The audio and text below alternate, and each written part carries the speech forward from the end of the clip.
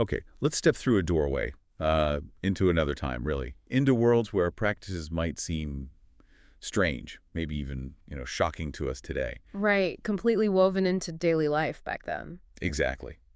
So today we're doing a deep dive into some of these ancient rituals from all over the globe. Yeah, we're drawing on an article that lists about 13 of them. Really fascinating, sometimes quite intense traditions. And our mission, really, is to unpack these. What were they actually doing? Why? And what does it tell us about the people? Their beliefs, their fears, their hopes, what drove them? It's like these rituals are windows, aren't they? Windows into how different cultures handled the big stuff. Life, death. Things that are universal, but approached in ways that can feel so alien to us now. The article kicks off with this personal anecdote, a knife under the pillow, during a girl's first menstruation. Yeah, as a protective thing, rooted in community beliefs about vulnerability at that time. It immediately makes you think, doesn't it? How deep did these beliefs run? How vital were these actions for feeling safe, for belonging? And you see that whole range of the source material. You've got really personal acts like that one, Right. all the way up to huge community ceremonies, intense death rituals, things tied to fertility or, your status in the group. It's quite a journey we're taking, across history, across cultures, all through this lens of ritual. So where should we start? Well, let's start with something universal, maybe the most profound experience. Death, mourning, the afterlife, all that. Okay. First up, then, is a practice that sounds incredibly intense. Physical sacrifice as an expression of grief, finger cutting, Yes, among the Dani tribe in Papua Indonesia, the ritual is called Ikipalin. and it involved literally cutting off part of a finger. That's right. Traditionally, it was women in the community who would sever a portion of their own finger. Wow.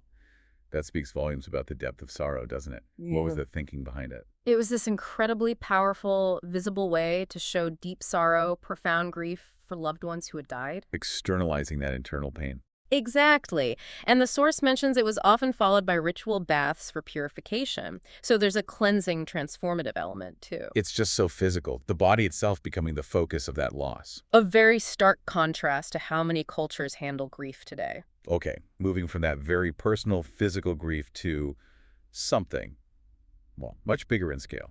Ancient Egypt and retainer sacrifice. Right. This involved servants, attendants, even animals sacrificing their lives when the pharaoh died. Sacrificing their lives voluntarily or... Well, the source says it involved careful planning about how they'd be killed. Their bodies were then arranged very precisely around the king. For what purpose? The core belief was that the pharaoh, seen as divine, needed continued support in the afterlife. His court, his attendants, everything. So they were positioned to keep serving him. Pretty much, yeah. Mirroring their earthly roles. And it wasn't just Egypt. The source notes similar things in ancient Mesopotamia, suggests a wider belief about leaders needing their whole setup after death. So status and needs just carried right on into eternity. Okay, staying with death rituals, but maybe more individual, though still communal. Sati in India. Yes, also known as sati.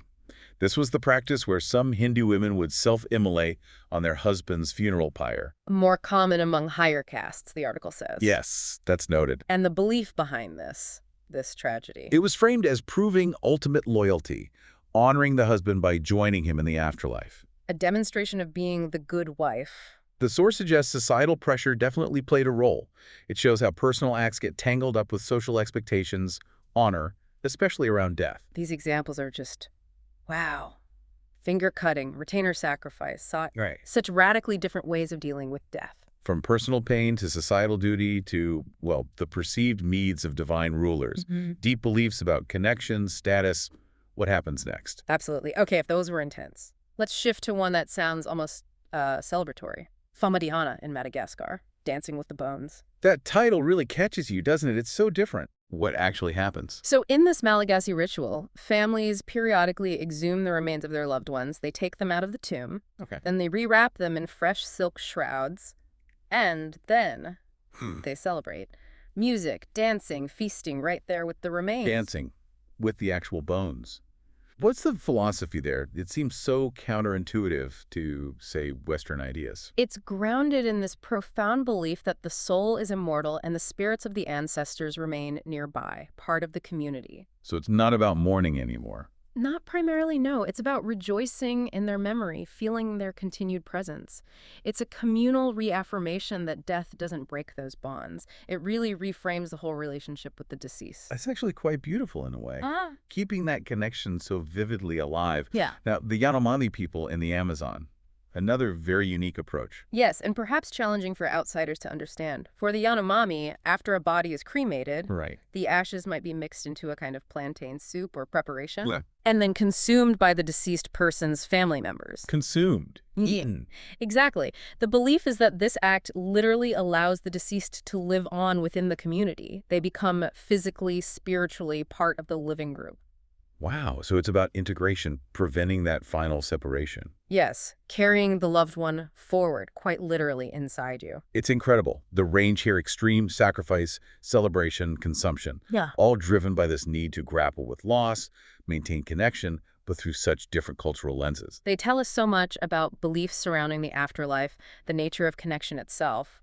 And speaking of transforming the body, what about the self-mummification of Buddhist monks? Dokushim-butsu, Yeah. right? This seems less about the community connecting to the dead and more about the individual's path. Exactly. This was a long, arduous process.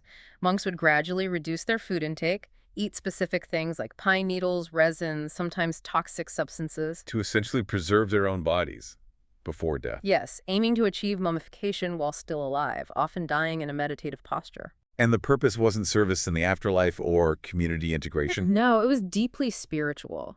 The goal was to transform their physical body into a kind of living relic, an embodiment of Buddhist teachings on impermanence, detachment, Achieving a state of purity. intense spiritual purity, yes. Their preserved bodies could then inspire others for generations. It's this ultimate act of dedication, turning the material sacred through sheer willpower. Incredible discipline. Now let's shift gears to something, well, probably the most brutal one mentioned, the Viking blood eagle. Yeah, this one is described as an incredibly gruesome ritual execution. How did it supposedly work? The accounts describe slicing the victim's back open near the spine, cutting the ribs away, pulling them outwards to look like wings, Oh my God. and then pulling the lungs out through those openings while the person was likely still alive. They're probably dying from shock and blood loss by then. It sounds just horrific. The source does say its authenticity is questioned though, right? History or maybe myth? That's a crucial point. Scholars debate how real or widespread it was. Was it actual practice, a rare punishment, or more of a literary horror story? But the idea itself tells us something. Exactly. Even if it was rare or exaggerated, the story of the blood eagle speaks volumes. It was seen, according to the tales, as both an extreme punishment for, say, traitors, oath breakers, Right. and maybe even a sacrifice to Odin, god of war and death, designed for maximum suffering and dishonor. So the legend itself reflects Viking ideas about honor, betrayal, divine retribution. That makes sense. Even the myth reveals cultural values and fears. Okay, we've covered some really intense ground around death. Let's pivot maybe to something a bit less grim. Rituals focused on life, community, fertility, status. Yes, so welcome change. Yeah. Let's start with a really unusual one from India, marrying a tree. Marrying a tree, literally. Pretty much, yeah. The source explains this is for people considered Manglik, born under a specific astrological influence of Mars, which is believed to bring bad luck, even death, to their future spouse. Oh, wow. So, to counteract this, they first ritually marry a tree like a banyan or peepal tree, sometimes even an animal, before they marry a human. So the tree sort of takes the hit, absorbs the bad luck. That's the idea, according to Vedic astrology. It neutralizes the negative astrological effects, clearing the path for a safe and happy marriage with a person later on. That's fascinating. Ritual as cosmic insurance. Yeah. Okay, from unique marriages to communal fertility rites. Utagaki in ancient Japan. Right. Utagaki involved young men and women gathering, often at sacred spots in the countryside or mountains. And what did they do there? It involved singing, dancing, poetry exchange, and, quite openly, communal sexual intercourse, often under the open sky. Wow, quite a gathering indeed. What was the purpose behind that? It was deeply tied to Shinto beliefs about celebrating the seasons, especially spring and autumn, aligning human life with nature's cycles. And the sex was part of that. Explicitly. It was meant to invoke fertility in the women, virility in the men, and bring blessings from the gods for bountiful harvests, directly linking human reproduction with the Earth's fertility, vital for farming societies. A very direct connection between bodies and the land's life force. Okay, let's travel across the world to New Zealand. The Maori haka. We see this often, especially in sports. It's incredibly powerful to watch. It really is. The haka is the ceremonial challenge or dance. Vigorous movements, rhythmic stomping, vocal sounds. Historically, its main use was intimidation before battle. That was a key use, yeah. A psychological tool, a display of strength and unity. But its purpose seems broader now. Absolutely. While it still has that power, it's used in many contexts today and was historically too. Welcomes, farewells, celebrations, funerals. Not just conflict. So it's about. It's a dynamic expression of strength, unity, cultural resilience. It glorifies Maori identity, heritage, their collective spirit, whether in joy, sorrow, or facing a challenge. It's very much a living tradition. You definitely feel that collective energy. Okay, next. The Dionysian mysteries in ancient Greece. These were complex, often quite secretive rituals for Dionysus, the god of wine, fertility, ecstasy, theater. Sounds like quite a portfolio. Doesn't it? Participants used wine, ecstatic dancing, music, trying to enter a kind of trance state. To achieve what? What was the goal of that intensity? The belief was it could lead to spiritual liberation, personal transformation, breaking societal norms, shedding inhibitions. Connecting directly with the god. Yes, connecting deeply with Dionysus, tapping into his power over life, death, rebirth. It was about seeking a more primal, spiritually charged state.